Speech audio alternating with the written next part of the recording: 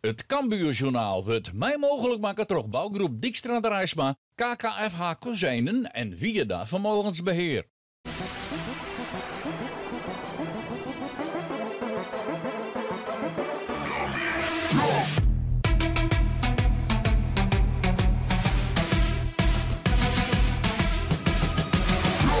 Welkom bij een nieuw Cambuurjournaal. De dreun van de letternederlaag in FC Volendam is nog maar correct verwerken of de volgende wedstrijd staat alweer op het programma. In het Kooistadion komt FC Eindhoven op bezieten en dat mat dan toch eindelijk een keer de eerste oefening worden voor de Ljouwerters. Wat opvalt, netjes tegen die nederlaag van Oranje Vreed, is dat het met de willen op de training in alle gevallen wel goed zit. We doen hulprotten heel aardig. En er zit zwoeng in. De jongens zijn keihard voor zichzelf. Wij ik voor hun. Nijl kwam het daar. Maar het is ik weer opstaan en doorknokken. Want die eerste overwinning die komt eraan. En ik het verhoren van dingen, dat gebeurt steeds al. En langzamerhand komt het team. Ja, dat mist eigenlijk niet in. Hè? De punt op de kriesbeam. En ja, dan haast ik een ploeg de kerst op al je verschillende manieren spelen. Dat is... Spits bedoelst aan mij? Ja, Jonathan... Die shit alle ballen binnen. Maar als ik een aanspeelpunt, dan had ik rust. Hou de bal even vers, besluiten. En dan spelen wij gewoon oors. Doch kunnen je wel afvragen hoe sterk dit team mentaal is. Je zeggen het Big League in FC Emmen een chintreffer. En de spelers die winnen er even van na. En dat badde Oranje Vreed in de eerste helft het in Volendam ook naar die chintreffer. Boven dat kwam er nog eens een let chindoelpunt efteron. En dus kregen de selectie tik op tik op tik. Maar dat stopt het nou. Dat moet ik stoppen. Maar jongens, uw publiek, dan komen we weer het veld op en dat helpt u zich. En nogmaals, dat het nou even kritisch is, dat is terecht. Want we staan vierste te leeg. We hebben 6 van die 10 wedstrijden. Hoeveel hebben we speelt 10? Hier we winnen maar. Dat is duidelijk. Het zit nou gewoon even goed in. Dan maar even nou de shit door de zinnen. Maar dat draaien we om. We willen er maar harder van. De volgende weekend is Matthias Natti een verste weerde in de ploeg van trainer Henk de Jong. De 20-jarige Ljouwerter, Hikke en Tijn Ljouwert, we tussen staat gewoon een verste weerde bij Cambuur. Bij de ploeg dat hij de hele jeugdopleiding terugroen. Hij maakte dit seizoen zelfs al meer minuten als in het vorige. Ja, het is leuk, maar soms ook wel lastig. Omdat ik hier natuurlijk vandaan kom en ik weet wat er wordt verwacht. En iedereen verwacht natuurlijk dat je als Cambuur zijnde, als de stad...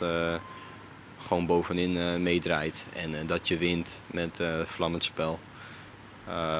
En ik denk dat de fans dat gewoon vooral missen, ook strijd. Dus ja, dat moet beter. Begrijp je dat ze dat missen? Ja, ik begrijp het sowieso. Als je ook ziet, bijvoorbeeld in dit stadion heb ik ook wedstrijden gezien van Cambuur waarvan je echt dacht van zo, dit is wat de supporters willen zien. Dus de mouwen gaan opgestroopt worden tegen Eindhoven? Ja, sowieso, maar... Nee, dat zal moeten. Henk de Jong viert een wijziging terug in zijn basisopstelling. Matthias Natti, we jedden hem krijgt. Hij scoot naar het middenveld omdat Tony Rulke op de bank zit. Net terug is er in een onval een plak voor Ilias Alhaft. FC Eindhoven begint goed door de wedstrijd in het Kooistadion. Ze willen dat feestje van Cambuur dat ontstaan met de eerste overwinning, maar al te graag verpesten. Dit is de spits, Julian Kwaaitaal, met een schot dat blokt worden kan. Daar komt Cambuur goed bij, want dit wie wel een serieuze mogelijkheid voor de spits van Eindhoven. Cambuur dat mat de draai nog wat fine. Hier slordig balverlies van Diemers. Die het zelfs ek herstelt. En dan kan er misschien een onval komen via Benjamin Pauwels. Nou, dan ging hij al op het puntje van de stoel zitten. Want dat is de smaakmaker van dit Cambuur. Daar gaat er dit mat hem wezen. En uiteindelijk in de rebound is het Remco Balk. Dit Cambuur op een 1-0 voorsprong zet. Een prachtige actie weer van Benjamin Pauwels. En Remco Balk die pakt dat cadeautje uit. Hij is net in te houden, deze Pauwels. Wieke op wieke zul je dat verdiegeners er maar al te volle moeite mee hebben. En hij hier hem de zelfs in zitten matten. Maar wat hij dat net doet, dan doet Remco Balk het wel. Het is zijn eerste doelpunt van het seizoen. En daar wie de gelegenheidsspits van Cambuur ek wel onta. Cambuur zet dan terug op jacht naar de tweede. Hier is het haast Natti die het in stelling bracht weer kent. Terug Balk. Maar de bal wordt op het tiert voortwerken. net helemaal tevreden, Henk de Jong. Netjes in die vastsprong.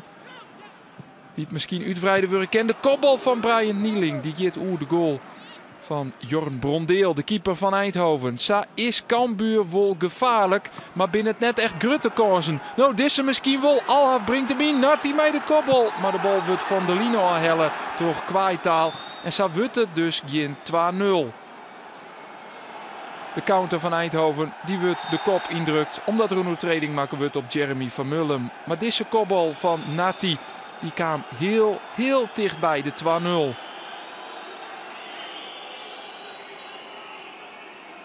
Je ziet wel bij Cambuur dat er een hoop onwissens in de ploeg zit. Dat ze benauwd binnen om te voetballen. Dat er een soort passes naar Eftergeen in steeds van naar Varren. Je verneemt dat deze ploeg in een soort van farmcrisis zit. Het gaat direct mis. Maar Alhaf die hem te kwad waarom leidt op Diemers. En wat een romte leidt er dan voor Eindhoven. De bal maakt naar Jochs, naar Boris van Schuppen. Daar komt hij uiteindelijk. Van Schuppen kapt nog helft uit. En Siskot gaat uiteindelijk maar krijgt Njonken. Maar daar komt Cambuur wel goed voort. Want Van Schuppen, de clubtopscorer van Eindhoven, die hier van zelfs meer mij dwammatten. En dan leidt het even heel iepen bij Cambuur. Dat dus ja, net echt oorsvoetballend door die betierde iepeningstreffer. Nog altijd wel de angst om te voetballen. Maar deze Pauwels, ja dat is een uitzondering. Want daar gaat er weer de turbo on. En dit is een strafschop. Hij helle oren vreet alle strafschop binnen FC Volendam. En hij docht het nou weer. Het jochentje hier gedribbelwonder uit Antwerpen. Hoppatee, oer de voet van Limouri. En dan gaat de bal op de stip. En dan is het Michael de Leeuw. Maar de 2-0, daar is hij. Hij scoorde vreed al een strafschop en hij docht dat nou op een ei. En dan komt Cambuur op de bevrijdende 2-0 vastsprong. En dan zoen je sissen dat die eerste oorwinning in het Kooistadion binnen handbereik is. Maar er is een hele lijst van de schouders af van Cambuur. Hier is de Leeuw, haast mij zijn tweede. Maar de voorzet van Alhaft is krekt wat te scherp. Na die 2-0 erg het Cambuur echt bevrijd. En zorg je dat ze in één keer heel aardig voetballen kennen. De angst is uit de ploeg. En er wordt gewoon mooi spelen. Met mooie combinaties. Hier gaat de bal naar Pauwels. Die rechtsback van Eindhoven. Hij zal wel wekker lezen vannacht van al die acties van Pauwels. Hier weer een schot. Het wordt loslitten terug Brondeel. Maar Cambuur krijgt de bal er nog net in. Hij is echt de beste man van het veld. Benjamin Pauwels. Hé, daar is echt Jonathan Afolabi, de spits. Die het invallen is. Een 24 minuten ongeveer voor de eind van de wedstrijd. En Afolabi die kan in stelling gebracht worden. Bigeliks. Nou, als Pol de bal had, hij gaat voor eigen succes. En die bal die gaat maar krijgt Njonken. Afolabi hier wil hebben van Pol. Maar de linksback die hier voor eigen succes.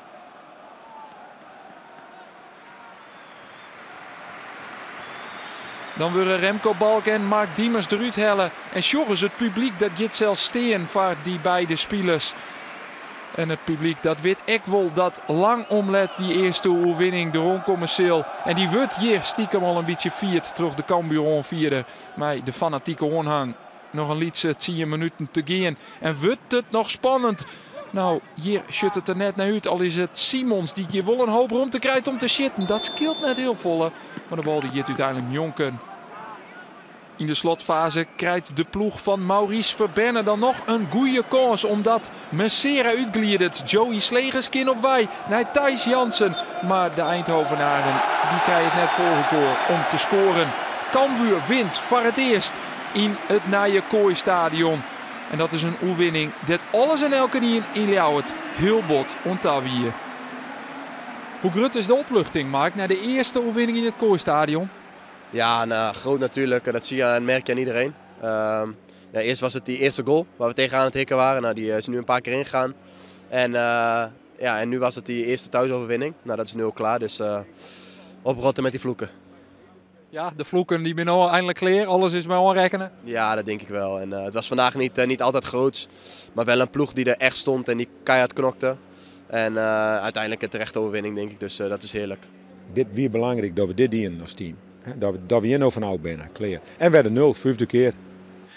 Het wie echt naar die 2-0 in dat al het juk van de reg afsmieten was. Dat je hem vrij uit voetballen kon. Dat er in een hele mooie aanval kwam. De koest echt zien. De onzekerheid wie je niet uit de ploeg. Ja, maar dat is druk. Ander, dat is druk, jongen. Wat ik zei, het is nou de eerste keer dat we hier spelen. Die wedstrijd hier met 5-6 winnen, man. De tweede wedstrijd weer. Hem hebben we het recht verlenen, maar voor de rest mag alles winnen. En kerst alles winnen. Let me Ajax Volendam. Ja, het mag minimaal een gelijk spelen en 100% kans met Fruus. En dat hij dat steeds uitbreekt, ja, dat werkt toch in de kopjes. Dat is onbewust, terwijl die jongens, we toch nogmaals alles eraan. Maar dat gebeurt, dat is voetbal, dat is sport. Ja, dan is het mooi dat we dit zo winnen. Als je wint is sowieso perfect en gelukkig heb ik eindelijk gescoord. Door een echt geweldige actie van Benji. Dus, en gelukkig stond ik op de juiste plek en dan ook nog 3 punten, dat is heerlijk. Was dit een echt spitse goaltje op de juiste plek staan en hem binnenkoppen?